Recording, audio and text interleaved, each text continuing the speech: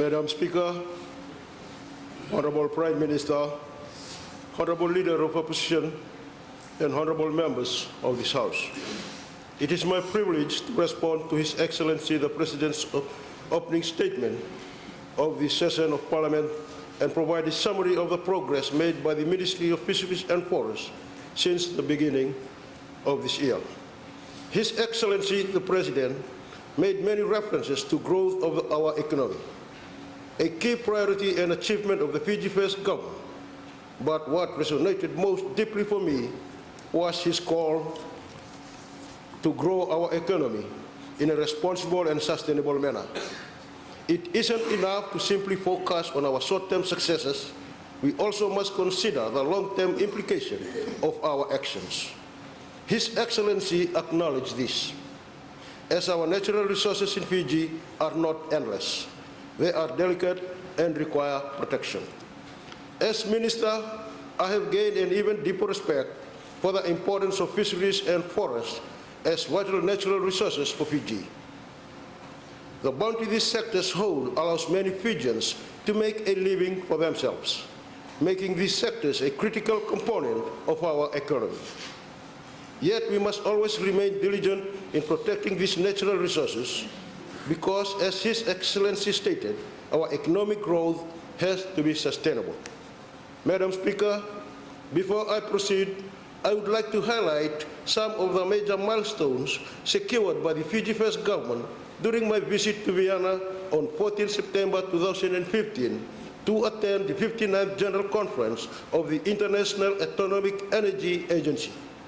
I led the Fiji delegation to the conference and signed Fiji's first country program framework with the International Atomic Energy Agency. The country program framework provides the framework for technical cooperation program between Fiji and the agency for the peaceful use of atomic energy from 2016 to 2021. At the conference, I highlighted the prevalence of cancer mortalities in Fiji and the region, and that majority of these cancer victims were women. As a result, we are now working closely with the International Atomic Energy Agency to establish a cancer radiotherapy center in Suva. Other collaborative projects under the International Atomic Energy Agency country program framework include improved pest control for international trade, marine biodiversity, crop resilience, and food security, and the creation of a water sampling laboratory, among others. I also wish to highlight the opening of the 5th Pacific Tuna Forum held in Nadi this week. The forum boosted regional ownership of the event, increasing the likelihood that it can be incorporated into the formal work program of a larger regional organization such as the Forum Fisheries Agency. Fiji will benefit from the forum as it will bring in potential investors as well as visitors to our shores. Public sector investment programs support Fiji's social and economic transformation, such as the Green Growth Framework. They comprehensively focus on elements of sustainable development with the principal goal of ensuring positive impacts on national development. The methodology is continuously applied and refined to maximize the impact by creating infrastructure, systems, and capital to foster long-term development, a key national priority for the Fiji First government. Madam Speaker, 7 of the 9 forestry capital projects provide direct and indirect assistance. These include RED Plus, sandalwood development, research and development of wood and non-wood species, reforestation of degraded forests, establishment of permanent sample plots, utilization of wood and maritime pine woodlot logging package. Madam Speaker, I will now provide some highlights on the fisheries sector, particularly the new initiatives on marine protected areas and aquaculture development. Madam Speaker, my ministry is doing its best to promote the conservation and sustainable use of Fiji's coastal and oceanic fisheries resources. While our ocean may seem vast and its resource endless, less than 1% is actually protected. Our coastal fishing resources are facing depletion in regions where human dependence on the sea is highest. Conservation efforts are desperately needed as overfishing is threatening our fragile and easily degraded habitat. In order for fisheries and marine ecosystems to recover, it is essential that marine protected area be expanded and improved, with effective enforcement, monitoring, and management. Marine protected areas can provide sanctuary to fisheries and associated marine living resources. This will allow fisheries stock to reproduce, replenish, and even spill over into the surrounding areas. In some well-managed marine protected areas across Fiji, reef fish populations have stabilized, and local communities are able to maintain sustainable livelihoods. Recent marine protected areas have been established in Fiji. For example, the Sak Reef Marine Reserves in Ngaloa, Serua, and Wakaya Island. A marine reserve is an open ocean or portion of a coastal island offshore area and reef system that has legal protection against fishing or other coastal development. The marine protected area in Wakaya is administered by the Fisheries Department but could be managed on a day-to-day basis by the island resort management. This is an example of a public-private partnership arrangement that reduces the cost of operating marine reserves. This also ensures that the protected area has an active monitoring, compliance, and surveillance network on the ground.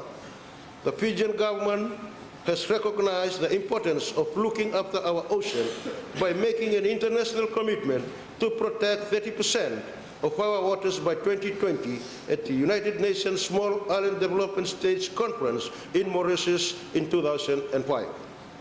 Identified marine areas will fall under this protection include the Watuira Seascape, the Great Sea Reef, and the Southern Lau Seascape. Fiji does not yet have any offshore marine protected areas. However, through the joint efforts of local communities and the Fiji locally managed marine areas network, we now have 78% of our inshore coastal areas under some type of management. On this note, Madam Speaker, I'm calling on all sectors of civil society to support and endorse the establishment of more marine protected areas, as they are critical to the protection of our ocean resources. Madam Speaker, coastal fisheries provide 50 to 90% of protein intake for coastal communities in the region. Moreover, per capita fish consumption in coastal communities in Fiji can be as high as 113 kg per person per year for some island communities, much higher than the 35 to 40 kg per person per year recommended for good nutrition. This unquestionably puts immense harvest pressure on our declining fisheries resources. Only through sustainable aquaculture can this growing demand be met and the pressure on declining stock be reduced.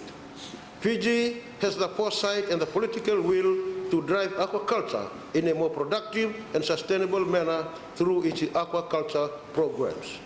To support aquaculture development in our country, my ministry has allocated a budget of $300,000 for 2015 to implement activities under the Aquaculture Food Security Program. The assistance provided includes seedlings from hatcheries, technical support, and advisory services. Under this new program, the department has identified 24 farmers who will receive assistance with the construction of ponds, liming, fertilizer, piping of ponds, supply of feed, and post-larvae. So, Madam Speaker, through this initiative, my ministry is supporting the Green Growth Framework by undertaking programs that contribute towards building environment resilience, social improvements, economic growth, and poverty reduction. We're helping Fiji preserve its valuable natural resources. The ministry is working together with other line ministries and agencies in a more integrated and inclusive way to improve the delivery of our services and empower our communities for the sustainable development of our fisheries and forest resources. As we bid farewell to His Excellency the President, I am confident that the Fiji First Government will continue to grow our economy in a sustainable manner through these policies. Our natural resources can be a competitive advantage for Fiji, but only if we utilize them responsibly. And thank you.